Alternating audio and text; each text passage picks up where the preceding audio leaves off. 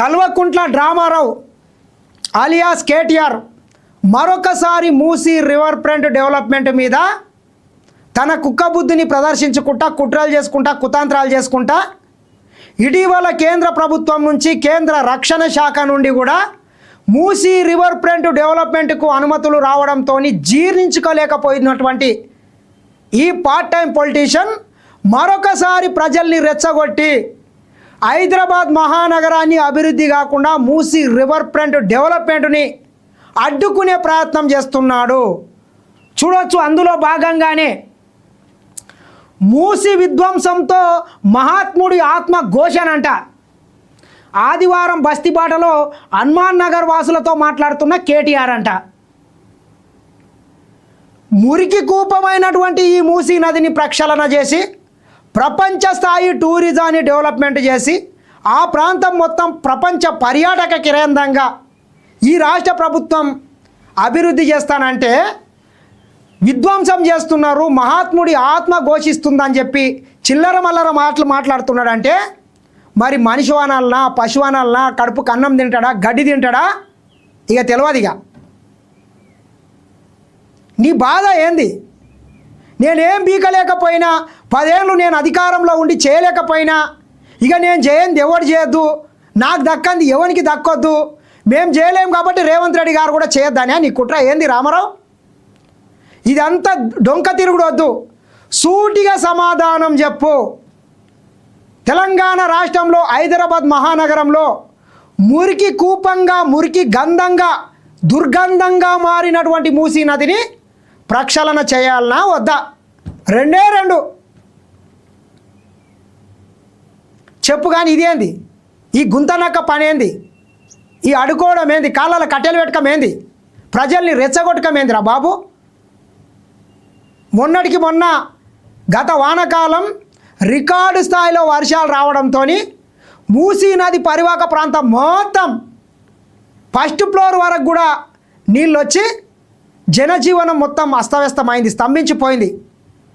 మూసీ మురికి కూపంలో మగ్గుతున్నటువంటి పేదలకందరికీ ఒక మంచి ఇండ్లని కట్టించి ఈ ప్రాంతాన్ని మొత్తం సర్వాంగ సుందరంగా తీర్చిదిద్దుతానని చెప్పి ముఖ్యమంత్రి రేవంత్ రెడ్డి కలలు అంటుంటే దాన్ని అడ్డుకునే ప్రయత్నం చేస్తున్నాడు. ఎంత దౌర్భాగ్యం చూడండి. ఇటువంటి ప్రతిపక్ష నాయకులు మనకుండడం మన దరిద్రం. ఏమంటాడు ఇంకా వీడు? రాష్ట్రంలో ప్రభుత్వం లేదు, కేవలం ఒక మాఫియా రాజ్యం నడుస్తుందంట. ఈ దండుపాల్యం ముఠాకు నాయకుడిగా రేవంత్ రెడ్డి వ్యవహరిస్తుంటే దోచుకో దాచుకో అన్నట్టుగా మంత్రులంతా కలిసి స్కాములు చేస్తున్నారంట.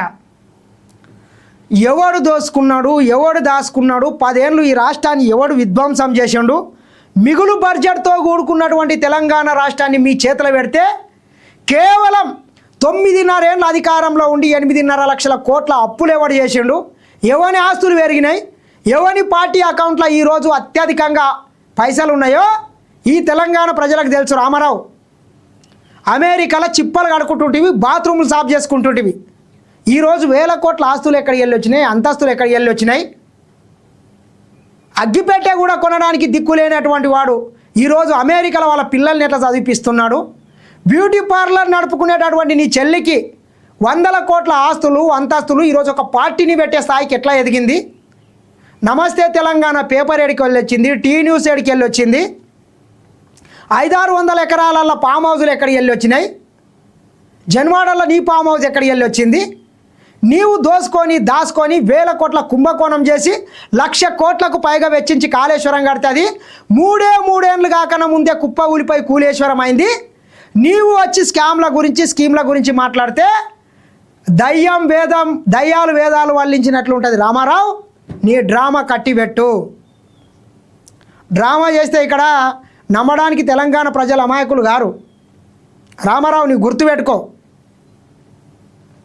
అన్ని గుంతనక్క తెలివితేటలు నక్క జిత్తులు వేసుకుంటా ఈ ప్రభుత్వం మీద మళ్ళా బురద జల్లే కార్యక్రమాలు చేస్తున్నాడు. సిగ్గు అనిపించాలే ప్రతిరోజు ఇట్లా చిల్లర కథనాలు రాయించడానికి. హైదరాబాద్ మహానగరంలో ఉన్నటువంటి చెర్లని నాలాలని కుంటాలని మొత్తం విధ్వంసం చేసి దోసుకున్నటువంటి దొంగలు మళ్ళీ ఈరోజు సిగ్గుశరం లేకుండా మళ్ళీ ఈ ప్రభుత్వం మీద చిల్లర మల్లర కథనాలు రాస్తావు. సిగ్గులేని సన్నాసుల్లారా.